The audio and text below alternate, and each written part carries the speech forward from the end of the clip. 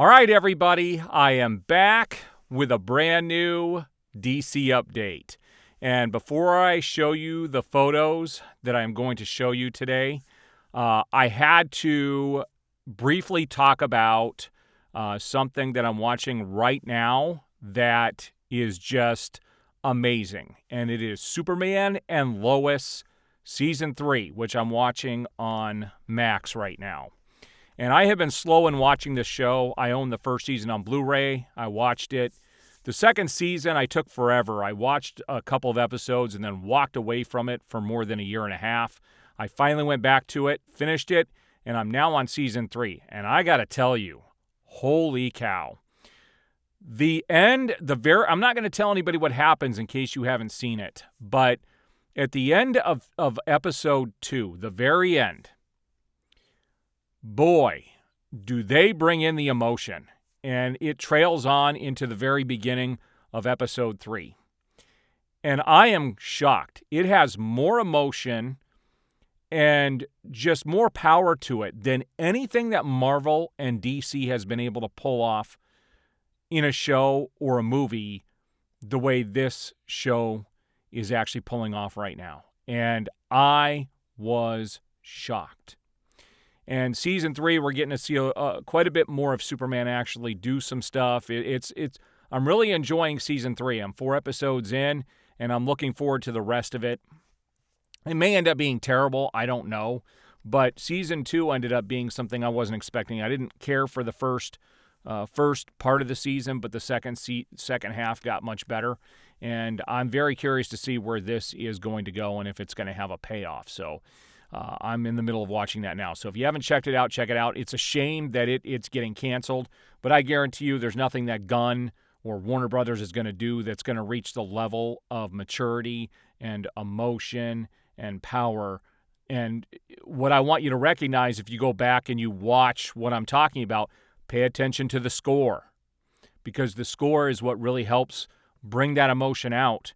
And nobody is using scores the way they should at this stage. Everything is very generic, and I'm very worried about the Superman person who's scoring the film because they haven't been able to pull off what I was hearing in this show. And so, guys, if you haven't already, go check it out. Now, I will be back later this evening with my review on the new Godzilla and Kong film that is coming out. I'm not a huge fan of that series. Godzilla -1 I absolutely loved, and if you haven't seen my review on that, you can go check it out. I have that in my review section, movie review section here on YouTube. But I will be back with that review later today. But let's take a look at what I have grabbed for DC over the last couple of days. All right, so the first thing I have for you guys, and YouTube is now, when we upload these videos, is asking us if we have any AI materials in our videos, and if I ever show you guys a photo that's AI, I am going to have to do that. But this is one epic AI shot of Ben Affleck as Batman. That is pretty phenomenal.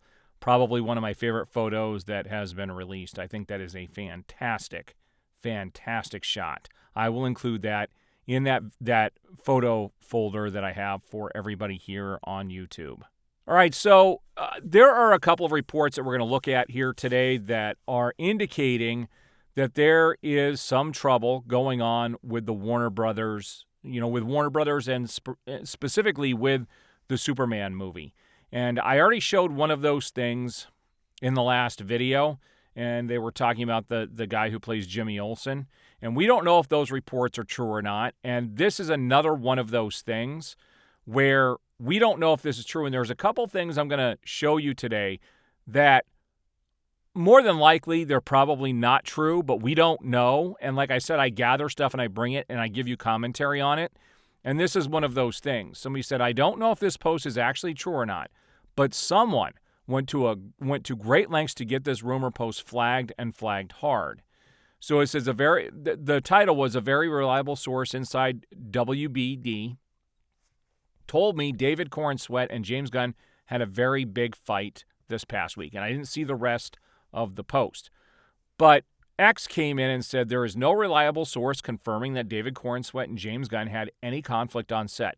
the movie's production is still going on smoothly. Now, I don't know, they can't add in smoothly because they don't know what's going on. All we can say is that the movie is still in production. That's it. That's all we can say. We don't know what's happening on set. They've been very secretive, and there haven't been a whole lot of photos released. And we're hearing more and more things about certain things that could be happening on the set, from script changes to people getting upset with each other to fights with James Gunn himself and arguments. And it's usually where there's a lot of smoke, there's fire, but there's no way to even confirm this stuff. And so I think both of these posts are in the wrong in the way they're presenting this, because X can't come in and say that the production is still going smoothly when nobody knows. Nobody knows. All we know is that the movie's in production and it stars David Corenswet and James Gunn is directing it. Now, this is interesting. So Timothy, I don't know how you say it, Chalamet actually signed a multi-year deal with Warner Brothers. And people are speculating that this is going to bring him to be a character in the DCU. And the only character I could see him possibly playing would be Robin, maybe a Tim Drake version of Robin. Possibly Nightwing if he trained for it. But it's going to be interesting to see what they're going to do with that. Because from what I read somewhere that Wonka, well, in that Dune specifically, and also, the Kong, the Monsterverse, have basically cut ties with Warner Brothers. So Legendary Films has moved on and are no longer going to be under Warner Brothers. We'll see what happens in the future, but there is a possibility that when Dune 3 does get made, that it may not be under Warner Brothers. Who knows? I'm not sure what that all means, but we will see in the future. Barry Keoghan, or Keegan, I don't know how you say his name, came out to GQ and said, as soon as that call comes, I'm there, man. Barry Keoghan tells GQ magazine, I'm there. Barry Keoghan hasn't been asked to return as Joker, but is ready for the Batman 2. So today we're going to talk a couple of Batman 2 rumors, and this is something that he had said, and, it'll be interesting to see if he does show up. I think rumors are suggesting that he will show up, but he hasn't specifically had a call. Now, this post actually cracked me up. So James Gunn actually took the time to post this all over social media on every account that he has the other day. And remember how he said he didn't have time to post for the Penguin trailer because he was too busy? Yeah, he's not too busy to promote himself, that is for sure. But James Gunn said a gift from Jerry Siegel's grandsons, a reprint of the first issue of Action Comics signed by Jerry. It's been great having Mike and Jim around, helping Jerry's spirit alive in the birth of the DCU. Here we all were on the day of the cast read-through. Yeah, so he'll do this to promote his film and post it everywhere, but doesn't have time to do the Penguin trailer, and I'm going to bash him a lot for that in the coming future, because anything that's not his, he likes to talk about himself. Very narcissistic. And what's crazy about this is he's acting like this is some special thing that happened for him, when the exact same thing happened for Zack Snyder. There are photos with him with the grandsons as well, and also a copy of Action Comics. So this isn't just a Gun thing, guys, but he's trying to tout it like it's something special. And maybe it is special to him, but this has been done with everybody who does a Superman movie. Here we go. So we had Henry Cavill, and we also have Zack Snyder here, and it says James Gunn. Yeah, and then they posted the James Gunn thing again. So people are just going to show that this is not something that is just special to James Gunn. This has been done in the past, and he's got to act like everybody else. All right, so before I talk about what this little still shows, I want to talk about the parody accounts out there, okay? And this is a parody account. Know that this is Daniel RPK, and it's not at comic book. There's an X in the center, and he even says this is a parody account. Now, here's the problem with this. The stuff that he's posting doesn't come off as parody, which is weird. Okay?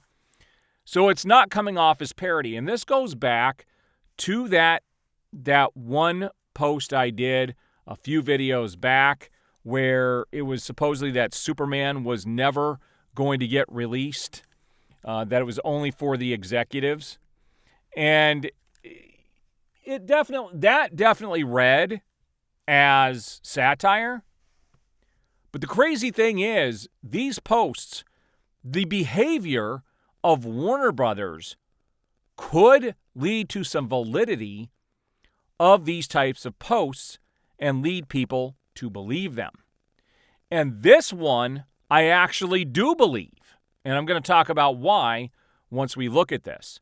But it says, exclusive scoop, war at DC Studios. Sources told me James Gunn is fighting Matt Reeves because he wants the Batman Part 2 to be canon to the DCU, but Reeves refuses. Apparently, Gunn made some unsolicited rewrites to include Superman. Reeves leaving the project is a possibility. Okay, know that this is a parody account, first of all. It is a parody account. But here's what we do know. James Gunn did actually meet with Reeves months ago and tried to get him into the fold to bring him into the DCU. And Reeves fought to keep it separate. It has been well documented. Gunn himself has even said this. Now, Reeves is not saying anything, which is weird. He's kind of sitting behind the scenes, and James Gunn has to be the face of absolutely everything right now. And there was also going to be that Arkham show that was originally part of Reeves' universe, but Gunn is now putting into his DCU. And even though he says it was always a DCU project, it was not. It was originally a GCPD show that morphed into the Arkham show, which was going to be part of this Matt Reeves universe that they were fleshing out. But then James Gunn comes in and takes it and picks it to be his own. That actually happened. Okay? No matter what he says, I've been following this long before he came on. That was what was going to happen. And now we have these reports of the fights on the set. We don't know if they're true or not. They're still under the rumor category, and so is this. But I told you guys the other day when they announced that Matt Reeves, that this movie is coming out in 2.5 years from now, that they're pushing it out. I have a feeling that James Gunn is going to try and push this out and delay it to the point where they just cancel it altogether because he wants everything to be about him. It all has to be about James Gunn. A lot of people sit there and pile on me saying I'm a Snyder stan, and I'm not. The DCEU was not just about Snyder. There were a lot of other people involved. James Wan, Patty Jenkins. There were lots of other people involved.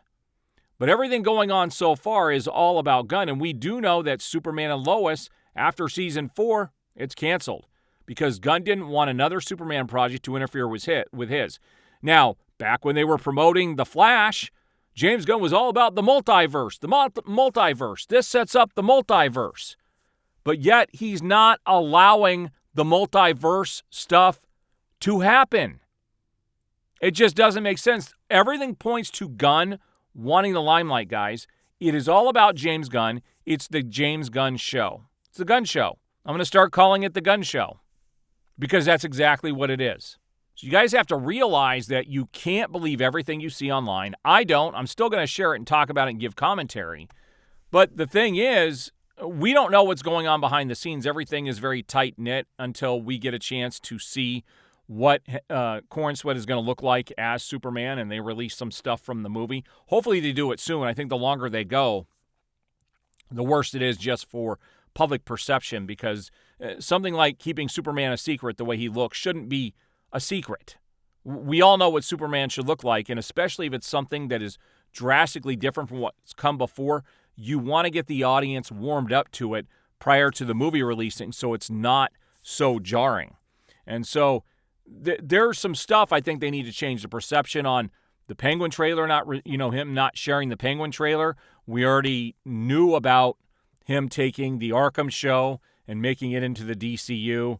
There's just a lot of things out there that point to that he's trying to creatively bring everything into his fold, and he doesn't care about the other stuff that's going on. I fully expect that if the Batman 2 does actually film and gets released, that it's going to end there. And that is the only thing I'm actually looking forward to. I'm not excited for anything that James Gunn is doing. Anything. I can't be. As a fan, they've destroyed me as a fan. The Warner Brothers division has destroyed me as a fan to where I just can't get excited about their stuff anymore. And it's a shame because I want to be more optimistic. I want to come in and tell you guys that everything is rosy. But, man, their stock continues to fall. And the other day it was getting near $8 a share. Like, man, we were talking for the longest time what's going to happen when it gets below $10 a share. It's going to become a penny stock pretty soon.